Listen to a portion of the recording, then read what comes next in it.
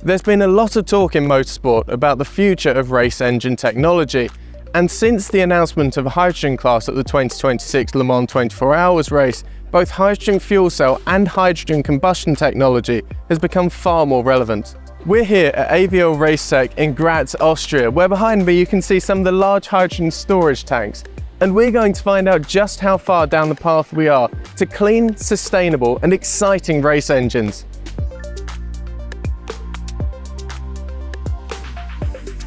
And here it is, AVL Racetech's 2-litre hydrogen turbocharged combustion engine. Announced in 2022 and now running on the dyno. René is managing the testing. Can you just talk us through what makes this testbed different to a regular fossil fuel testbed? Sure. First of all, there is the hydrogen supply and all the safety regulations that come with it, meaning we need everything certified. We need special safety measures like nitrogen flushing in case of any burning, and a forbidding of entering the testbed in case anything is pressurized where you would have a chance of leakage. And what makes this special? What makes it different for a hydrogen race engine? Basically, you need the hydrogen supply, which is medium pressure in this case. So what is different from a gasoline engine is metal intake manifold and hydrogen pressurized rail. We are running a hydrogen pressure regulator for the gas coming from company Ventrex in Graz. The metal components here are from M&H. We are running water injection. We have a huge water supply tank here in the testbed just to not run out and can run for some time. We have lubrication for the hydrogen injectors because hydrogen is very dry and we need to lubricate them. We have huge charge air coolers for the massive amounts of air that we are pushing through the engine. We have special ignition systems to avoid any inflammation that we do not want to have. And we saw the hydrogen tanks outside. Can you just talk us through how much hydrogen you store at any one time?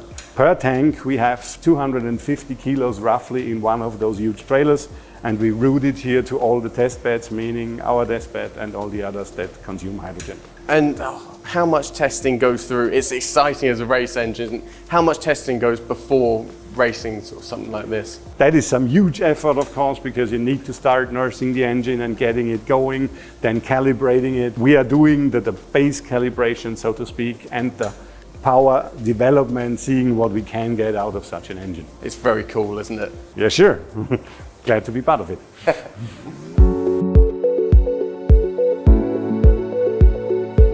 We've come from the testbed, we're now in the control room and we're about to fire up the engine.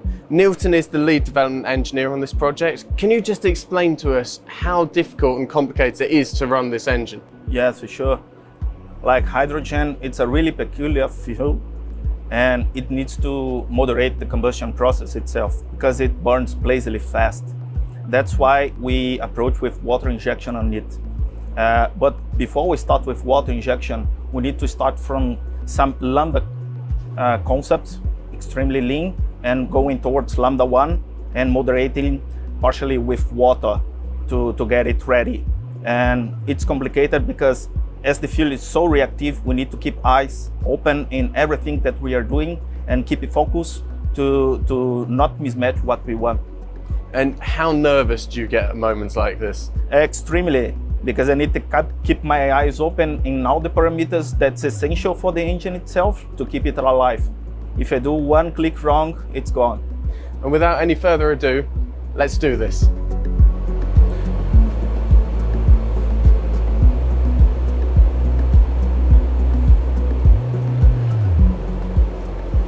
And now the magic's happening. We're beginning to rev up the engine. We're looking for torque on this one, so we'll see how high we can get the figure.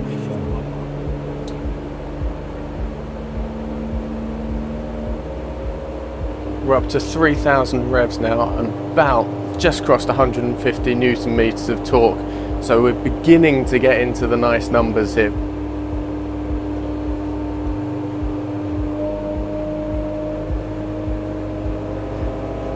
Nilton's told us the party starts now.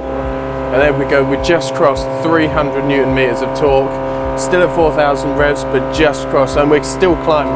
The sound of this engine, it's as you would imagine a proper race engine should be. We are now just crossing 390 newton meters, which is the target we were given. So we're over 400 now. So it's building. I can't get across to you the sound of this engine. It is just like a proper race engine. You wouldn't know that this was hydrogen powered unless you had been told. On one of the spare screens that we've got here, we can see the glow of the turbocharger. That's what you want from a race engine. You don't want it to be boring and silver all the time. Red glowing, that's what we like.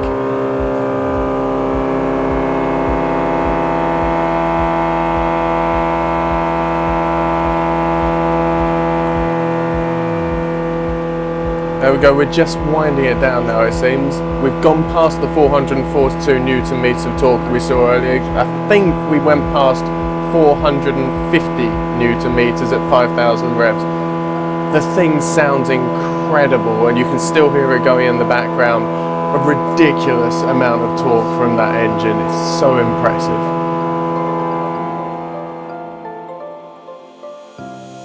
I'm now joined by Paul Kappas, the father of the engine, after another successful dyno test. Now, Paul, can you talk us through some of the challenges and difficulties of designing a hydrogen combustion engine? Yes, Sam, for sure. Hydrogen is a, let's say, very reactive molecule. So it likes to ignite basically on everything you can imagine. Hot surfaces, hot oil droplets, too hot spark plugs, hot valves, whatever. So from knocking, it's not that critical typically, but there is a big risk of pre-ignition. Pre-ignition means you have some combustion before the spark with huge peak pressures and destroying more or less everything. So this is one of the critical points. We have to find something to avoid pre-ignition as good as possible. A second point is it's gaseous, it's not a liquid fuel. So we need something to bring a gaseous fuel in reasonable amount into the cylinder. So we need very, very specific injectors with extremely high flow if we want to run high power. And it's very difficult to get them. This is basically the two main points. And I understand there's been some unique elements made for this engine. Can you talk us through those processes? Yes, so at first we want to have a very stable combustion. So we are having here a, let's call it, specific combustion system for a hydrogen engine that gives us a very stable flame propagation, a very fast and stable flame, reasonable ignition delay, tolerance against lean, tolerance against lots of water injection and stuff like this. This is the first point. The second point is, if we manage to get all the stuff, the critical stuff from hydrogen done, we will end up with huge peak pressure, typically higher than a standard production engine. So we have to do precaution to tolerate that one without having a glance between block and cylinder head. This is the second point. The third point is typically we need a very specific turbocharging unit. So hydrogen needs specific charging devices, either on the lean side or like we run the engine, which is a bit different. And that needs specific tuning. And for sure, as you can also see on the engine, we have some, let's call it gas dynamic tuning on intake and exhaust to get the pressure pulses right so that we get a low residual gas content in the cylinder, which again helps against pre-ignition and all that nasty stuff. And having seen it run on the dyno, how much of a thrill is it for you every time it gets fired up again? Let's say the thrill starts when you push it into torque and power. This is the thrill because it wasn't done before. So if you read articles about typical hydrogen engines, they are 17, 18, 19 bar BMEP, 50, 60 kilowatts per liter, something like this. There are some engines also coming from us that can get a bit more torque. We have a nice commercial engine that can do a lot of torque. There are some that run similar power than we do, current power, but none of them has done this kind of power level. So it's something new, and this is the thrill. Doing something new, something no one else has done before is a thrill, it's interesting, it's fantastic.